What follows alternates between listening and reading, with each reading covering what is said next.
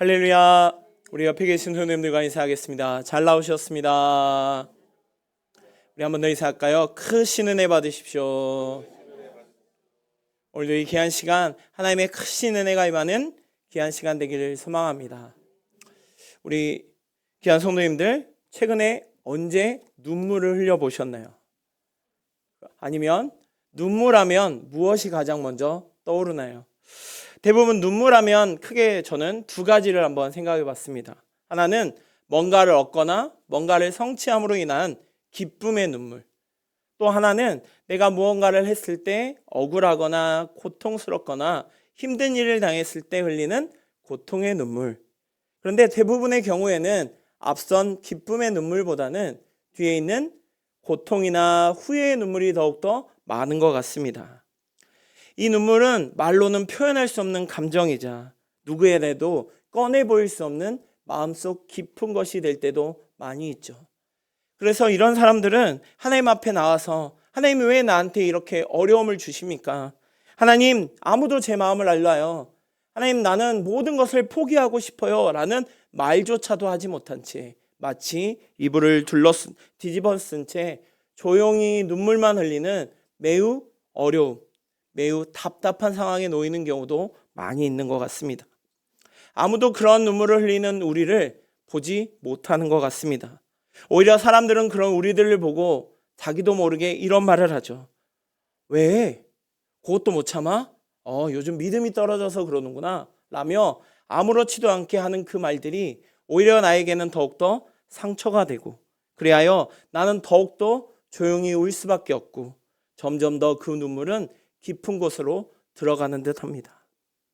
아무도 그런 나의 눈물, 아무도 나의 그런 상처를 통하여 느껴지는 눈물을 관심 없는 것 같습니다. 그런데 한 분은 알고 계시죠. 바로 하나님만이 나의 그 눈물을, 내가 너무나도 아무도 알지 못하는, 너무나도 답답하게 느끼는 그 눈물을 알고 계신다는 것입니다. 오늘 우리가 함께 읽은 시편 56편은 표제에 이렇게 시작합니다. 다윗의 믹담시, 다윗이 가드에서 블레셋에게 잡힌 때에 라고 말합니다. 여기 이 믹담시라는 뜻은 좀 살펴보니까 은밀한 지혜 또는 깊은 묵상의 노래라고 합니다. 다시 말해 깊은 고난 중에서 나온 나 자신에 있는 매우 진실하고 절박한 고백을 표현하는 말이죠. 다시 말해 지금 다윗이 처해 있는 상황과 환경을 살펴보니 다윗이 매우 끔찍하고 고통의 최악의 순간에 놓여 있었을 때 쓰여져 있는 시라는 것이죠. 다윗하면 그럼 무엇이 먼저 떠오르시나요? 아마 다윗하면 돌팔매를 가지고 도저히 불가능해 보였던 블레셋 장수였던 골리앗을 무찔렀던 영웅, 대단한 전쟁 영웅이자 많은 이스라엘 사람들에게 사랑을 받는 사람을 먼저 떠오를 것입니다. 그런데 지금 다윗이 처한 환경은 조금 다른 것 같습니다. 사울의 핍박으로 인하여 궁지에 몰리고 심지어는 죽을 위기에 놓여 있습니다. 인간의 죽음의 최악의 위기 속에서 이제 다윗은 여기저기를 도망다니다가 더 이상 이스라엘 안에서는 도망갈 곳이 없어 이제 적군이었던 블레셋으로 가게 됩니다. 그런데 때 하필 그곳이 가드입니다. 가드는 자신이 죽였던 골리앗의 고향이었죠. 한마디로 지금 다윗은 자기가 가장 원수로 여기는 최고로 위험한 곳, 그리고 가장 어쩜 보면 다윗을 증오할 수밖에 없는 그곳에 지금 몸을 숨기고 있는 것이죠. 이렇게 찾아오는 다윗을 향하여 사무엘상 21장 11절에 이렇게 말합니다. 한 무리가 이 사람에 대하여 사울이 죽인 자는 천천히요 다윗이는 만만이라도 하지 아니하였냐라고 말합니다. 지금 블레셋에서도 다윗이 어떤 존재인지를 누구보다 잘 알고 있고 지금 그 다윗을 죽이려고 하고 있죠. 지금 놓여 있는 이 다윗의 상황은 다윗은 왕도 아니고 어떤 전쟁의 영웅도 아닙니다. 오히려 두려움에 떨며 생존을 위하여 미친 척 연기를 해야 하는 최악의 상황, 매우 비참한 상황에 놓여 있는 모습이죠. 그럼 미친 척하고 있는 그 다윗을 아기스 왕은 정신이장자로 여겨 쫓아내버립니다. 어쩜 다윗에게 있어의 최고의 굴욕이자 최고의 공포의 순간이었던 것이죠. 자, 그럼 이런 상황에 놓여 있었던 다윗의 마음은 어땠을까요? 끊임없이 자신을 죽이려고 하는 사울로 인한 불안감, 그리고 이스라엘을 구해냈던 전쟁의 영웅이 아닌 도망자의 신분으로 인한 정체성의 혼란, 그리고 원수의 땅에 붙잡힘으로 인하여 극심한 두려움에 떨고 있는 그 모습 가운데, 그리고 미친 척하며 살아야 하는 자존감과 자신감이 아주 땅으로 떨어지는 최악의 상황, 이것이 지금 다윗이 놓여 있는 그 내면의 상태인 것이죠. 매우 극한의 상황, 눈물조차도 나오지 않을 만큼 매우 끔찍한 상황이 바로 지금 다윗이 처한 상황인 것이죠. 그런데 그때 하나님은 시편 56편을 통하여 다윗은 고백하고 있습니다. 고통 속에서 터져나오는 그 기도, 눈물과 두려움, 그리고 그럼에도 불구하고 하나님을 향한 신뢰와 감사로 이어지는 다윗의 고백을 지금 56편에 기록하고 있습니다. 그런데 이러한 다윗의 고백은 단순히 다윗의 고백만이 아닌 어쩐 우리의 고백일 수도 있습니다. 우리의 역시 인생의 어느 시점에서 누구에도 말할 수 없는, 아니 다른 사람들은 이해도 할 수 없는 매우 심각한, 끔찍한 어려움에 눈물을 흘릴 때가 있다는 것이죠. 그럴 때 오늘 시편이 우리에게 말씀해 주십니다. 아무도 모르는, 아무도 관심 갖지도 않는, 아무도 거들떠보지도 않는 그 눈물을 바로 하나님이 알고 계신다는 것이죠. 우리 오늘 말씀을 살펴봄을 통하여 우리 모두에게 그 하나님의 말씀을 통한 위로와 회복의 시간이 되기를 소망합니다. 첫째로 하나님께서는 나의 눈물을 셀 만큼 매우 가까이 계신다는 것입니다. 오늘 시편 56편 8절에 이렇게 말씀합니다. 우리 시편 56편 8절 말씀을 다 같이 보겠습니다. 나의 유리함을 주께서 계수하셨사오니 나의 눈물을 주의 병에 담으소서. 이것이 주의 책에 기록되지 아니하였나이까. 아멘.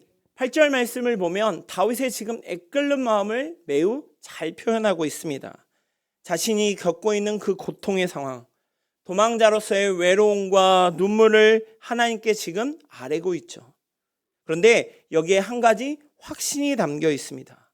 그것은 바로 하나님께서 자신이 흘리는 그 눈물을 기록하고 기억하고 계신다는 것입니다. 여기 유리함이라고 말합니다. 유리하다는 것은 방황하고 떠도는 것을 말하죠. 이것을 조금 더 살펴보면 어떤 고정된 자리에 있는 것이 아니라 이리저리 떠밀려가는 것. 다시 말해 내가 어느 곳을 갈 때 내가 가고 싶은 곳이 가는 것이 아니라 주변의 상황과 환경에 의하여 떠밀려가는 상태를 바로 지금 유리하다고 말하고 있습니다. 다윗은 어떤가요?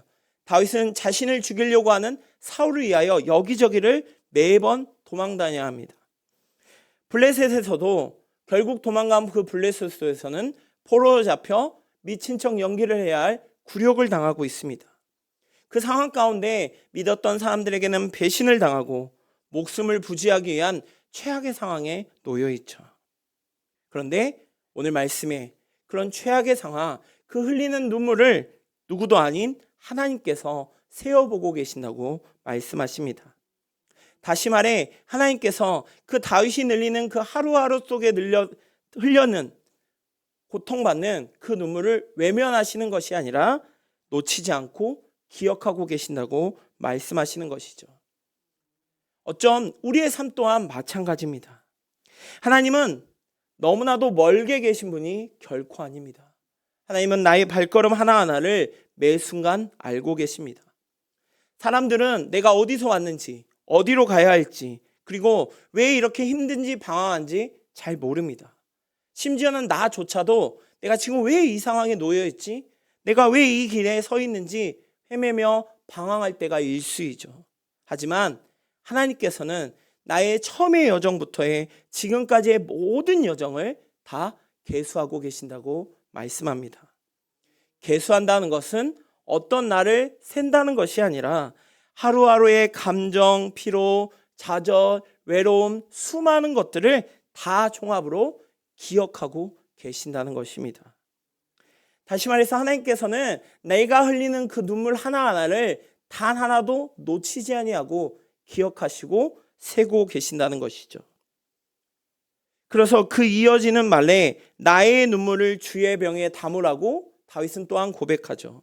여기 이 병이라는 단어를 살펴보니까 이 병은 물이나 기름이나 적 같은 것을 넣어서 사용하는 한마디로 가죽 부대와 같은 것을 말합니다.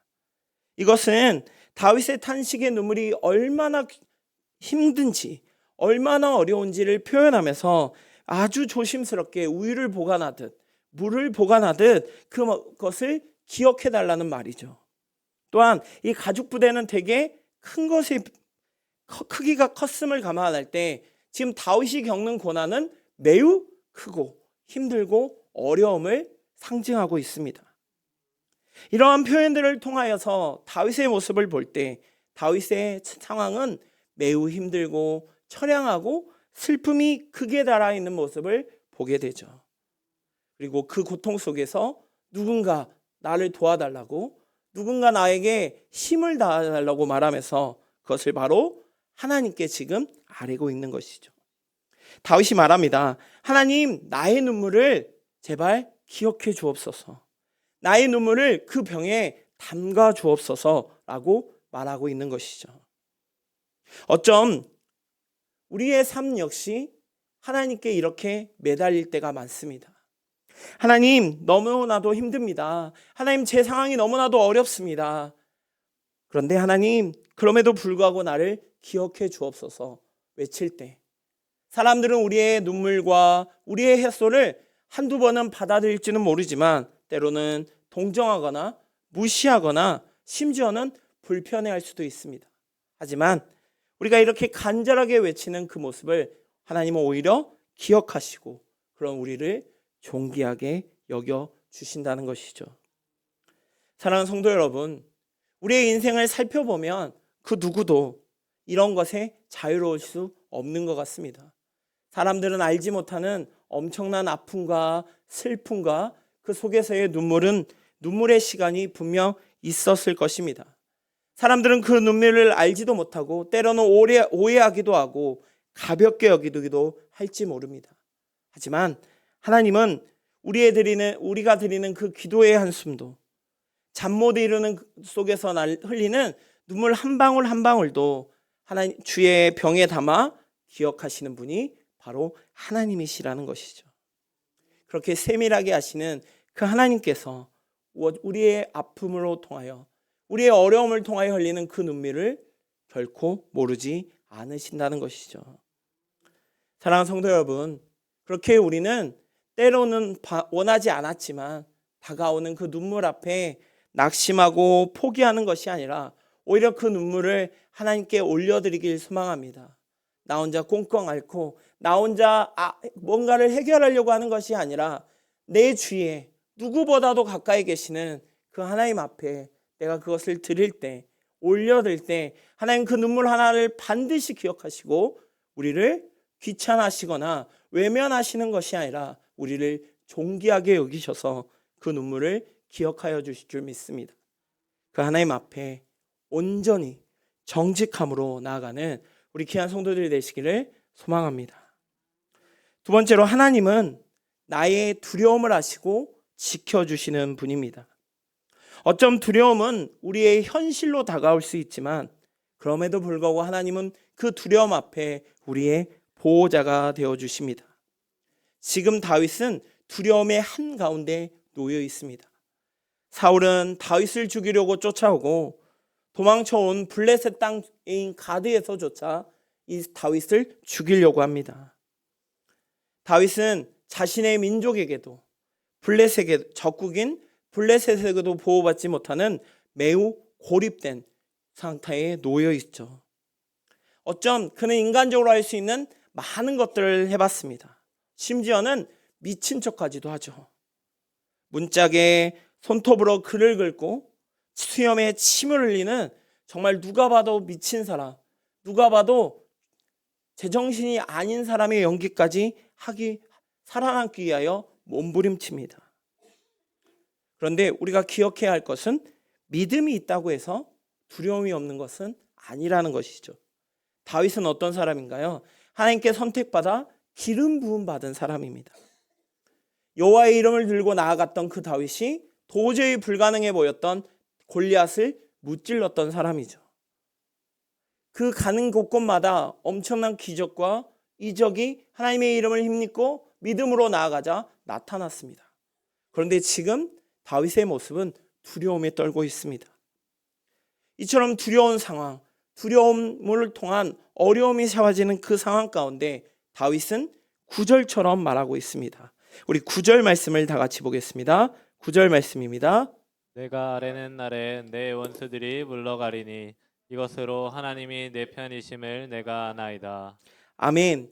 지금 다윗이 아랜다라고 말하고 있습니다. 이 아랜다는 뜻을 보면 하나님께 부르짖다, 하나님께 고백하다라는 뜻을 담고 있습니다. 그러니까 아뢰는 날이라는 것은 부르는 날, 다시 말해 지금 도움을 요청하는 것, 하나님께 도움을 요청하고 있는 때라는 것을 말하고 있는 것이죠. 다윗의 상황은 원수에게 쫓기는 매우 불안한 상황, 그리고 그 상황 가운데 나올 수 있는 것은 불평과 불만, 그리고 나아가서는 원망의 순간입니다. 그런데 살펴보니 하나님께서 자신의 구원의 손길을 펴시고 자신을 도와주실 것이라는 확신을 가지고 지금 고백하고 있습니다. 뭐라고요? 하나님이 나의 편이 되어주신다고 고백합니다. 누구도 아닌 그 하나님께서 바로 나의 편이 되신다고 고백하고 있죠.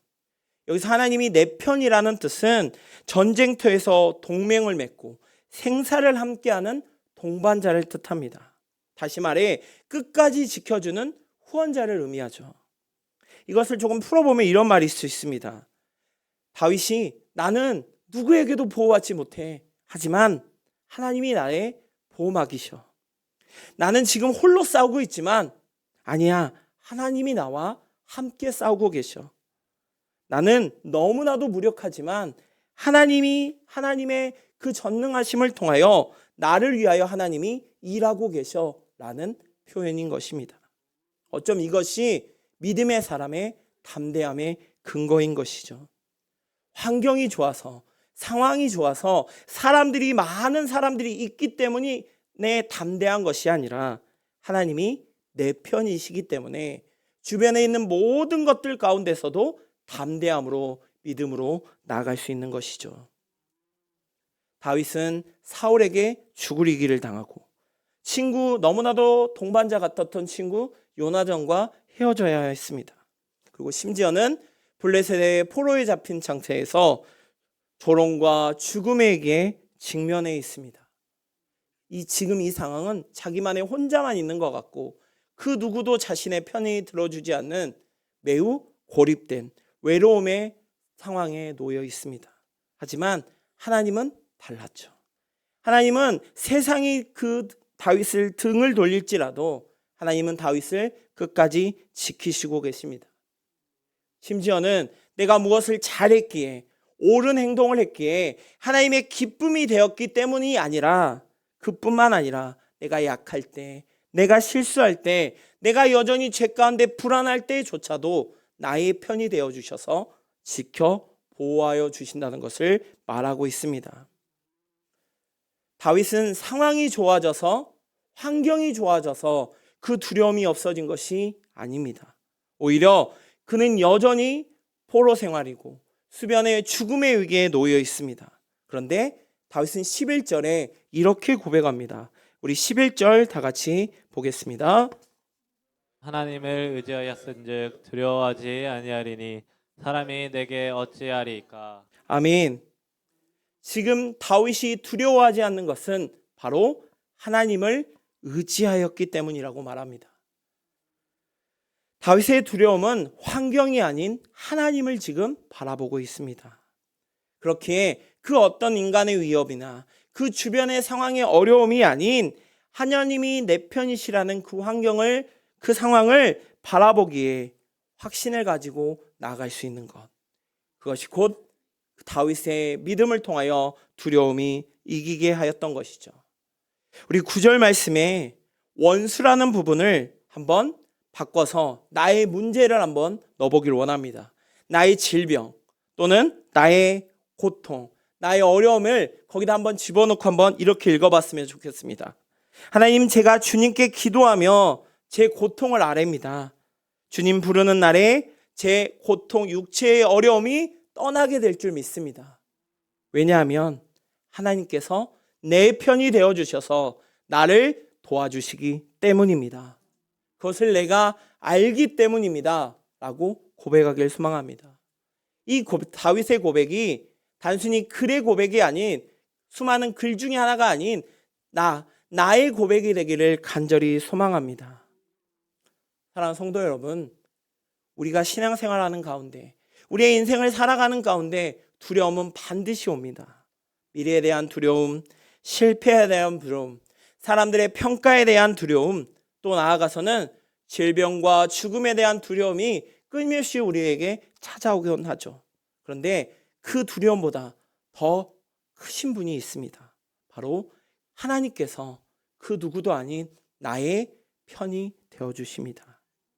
하나님께서 우리의 두려움을 이기시고 우리를 외면하지 않아 주십니다.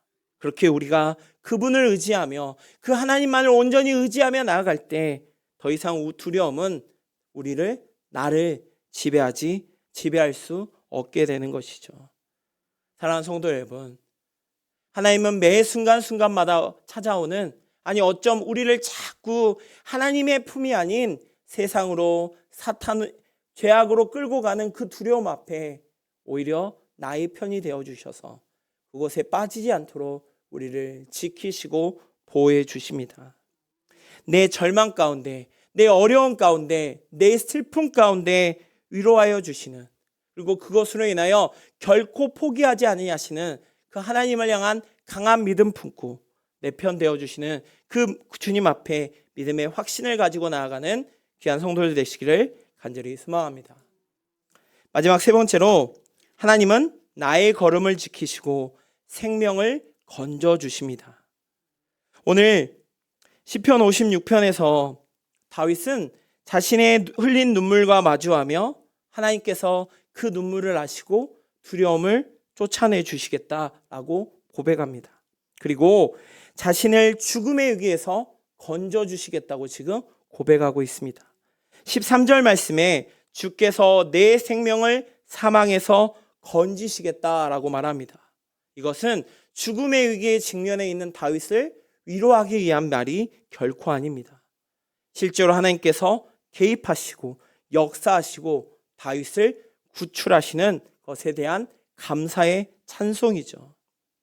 이 시편 배경인 사무엘상 21장 10절에서 15절의 말씀을 보면 다윗이 블레셋 가드에 붙잡혀 이제 죽을 위기에 놓여 있을 때 다윗이 미친 척하고 목숨을 구한 사건이 기록되어 있습니다. 다윗은 지금 두 나라 사이에 낀 도망자 신분이죠. 사울의 이스라엘에서는 사무엘에게 쫓기고 블레셋에서는 골리앗을 죽인 원수, 어디에도 피할 곳이 없는 상황이죠. 지금 다윗이 미친 척 연기했다는 것은 더 이상 이제 아무런 방도가 없는 최악의 상황이라는 것을 말하고 있습니다. 그의 생명은 바람 앞에 촛불처럼 사망의 줄에 매달린 매우 위태로운 상황입니다. 그런데 놀랍게도 그 절박한 상황, 도저히 해결되지 않을 것 같은 그 상황 가운데 하나님이 개입하십니다. 아기스 왕이 다윗이 미친 척하는 그 모습을 보고 다윗을 죽이는 것이 아니라 그를 내쫓아 버립니다. 그 결과 다윗은 아둘람골로 도망하여 목숨을 부지하죠. 어떤 사람은 이렇게 얘기할지도 모르죠. 그날 아기스 왕이 뭔가 기분이 안 좋아서 괜히 안 좋은 걸 보니까 그냥 쫓아냈구나. 또 어떤 상황 때문에 우연찮게 그 일이 일어났다라고 말할 수도 있습니다. 하지만 결코 그렇지 않죠. 하나님께서 다윗의 생명을 건지시기 위하여 친히 역사하시고 개입하신 것이죠. 어쩜 하나님은 매 순간순간마다 우리에게 이렇게 역사하십니다. 우리가 사망으로 인하여, 절망으로 인하여 죽음의 위기에 놓여 있을 때 우리를 내버려 두시는 것이 아니라 친히 개입하셔서 일하셔서 우리를 건져 주신다는 것이죠. 우리의 인생의 벼랑 끝에 몰려 있을 때 하나님은 우리를 끌어올리셔서 다시 회복시키시고 하나님의 거룩한 자녀로 생명의 길로 우리를 이끌어 주십니다. 하나님은 살아계시기에 하나님은 지금도 일하시고 우리를 사망이 아닌 생명에서 건져 주시는 것입니다. 그러기에 우리가 살아가는 모든 것들은 결코 우연이 아닌 어쩌다 한번 일어나는 행운이 아닌 우리의 삶이 어떤 운명에 맡겨진 삶이 아니라 하나님의 손에 의해 움직이고 보호받고 있다는 것입니다. 그리고 이렇게 이야기합니다. 나의 걸음을 지키시는 분이 곧 하나님이심을 다윗은 말합니다. 오늘 본문 마지막에서 이렇게 얘기합니다. 주께서 내 생명을 사망에서 하나님 앞 생명의 빛에 다니게 하시려고 실족하지 아니하게 하지 아니하셨나이까 라고 말합니다. 하나님은 한 번 건져서 물에서만 건져 놓으신 것이 아니라 그 이후의 삶까지도 끊임없이 보호하시고 지키시고 인도하심을 말씀하십니다.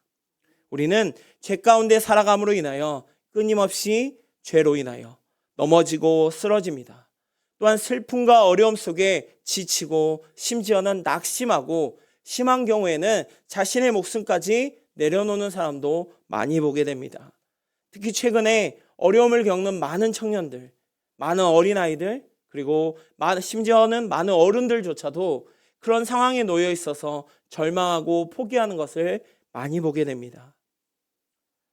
우리나라가 세계 OECD 국가 중에 자살률이 1위라고 하죠. 10만 명당 56명이 죽어나가는 하루에 어마어마한 숫자들이 죽는다고 말합니다. 이 어마어마한 일이 일어나는 이유가 뭘까요? 물론 그들 나름대로의 어려움도 있고 아픔도 있고 감히 우리가 상상할 수도 없는 어려움이 있을 것입니다. 하지만 그들에게는 자신이 함께 하시고 자신을 지키시고 자신을 보호하고 계시는 그 하나님의 은혜를 잘 모르기 때문이죠. 하나님은 매 순간순간마다 우리를 지키시고 보호하여 주시고 온전한 길로 나아가도록 실족하지 않도록 지키시기를 원하신다는 것입니다. 하나님은 오늘뿐만이 아니라 내일의 길도 이끄시고 어둠의 길이 아닌 생명의 길로 생명의 빛으로 우리를 인도하여 주십니다. 사랑하는 성도 여러분, 우리의 인생을 살아가다 보면 이유도 없이 설명할 수도 없는 복잡한 감정과 아픔 속에서 눈물을 흘릴 때가 종종 있죠. 제가 이 말씀을 준비하다 보니까 예전 유학 생활이 조금 생각이 나더라고요. 유학 생활 가운데 너무나도 힘들고 너무나도 외롭고 저 원래 혼자 있는 거 좋아함에도 불구하고 너무나도 외롭고 그 상황 가운데 하루에도 수십 번씩 자살 충동이 느껴지고 누군가 싸워서 마치 칼에 찔리는 게 행복할 것 같고 그 최악의 상황에 놓여 있을 때 저에게 한 노래가 들렸어요. 근데 이 노래가 유행가 가사였거든요. 근데 거기 가사 중에 저한테 와닿았던 말이 있어요. 힘이 들 땐 하늘을 봐. 그 가사가 그때는 뭔가 나에게 위로가 되었거든요. 그런데 제가 목회를 하고 말씀을 읽고 오늘 말씀을 준비하면서 이렇게 바꾸면 더 위로가 되겠구나. 힘이 들 때 하늘에 계신 하나님을 바라봐라. 너와 함께 하실 거다. 그 하나님이 누구도 아닌 나의 편이 되어서 나를 지켜주실 것이다. 그럴 때 우리의 어려움, 우리의 눈물, 우리의 아픔을 하나님은 기억하고 계실 줄 믿습니다. 요즘 많은 분들이 아프시고 성도님들이 또 많은 분들이 어려움을 겪는 것을 볼 때마다 우리 담임 목사님도 그러시겠지만 우리 목회자들도 참 마음이 아픕니다. 그럴 때마다 그 누구도 아닌 하나님이 위로가 되어 주실 줄 믿습니다. 내 편이 되어 주시는, 나의 눈물을 기억하시고 나의 삶을 지키시는, 기억하시는 그 하나님 앞에 나의 모든 것들을 드리며 그 하나님 앞에 바라보며 나아갈 때 세상이 줄 수 없는 엄청난 깊은 그리고 뜨거운 하나님의 은혜가 임할 줄 믿습니다. 그 은혜가 매 순간마다 느껴지기를 임하기를 간절히 소망합니다. 기도하겠습니다.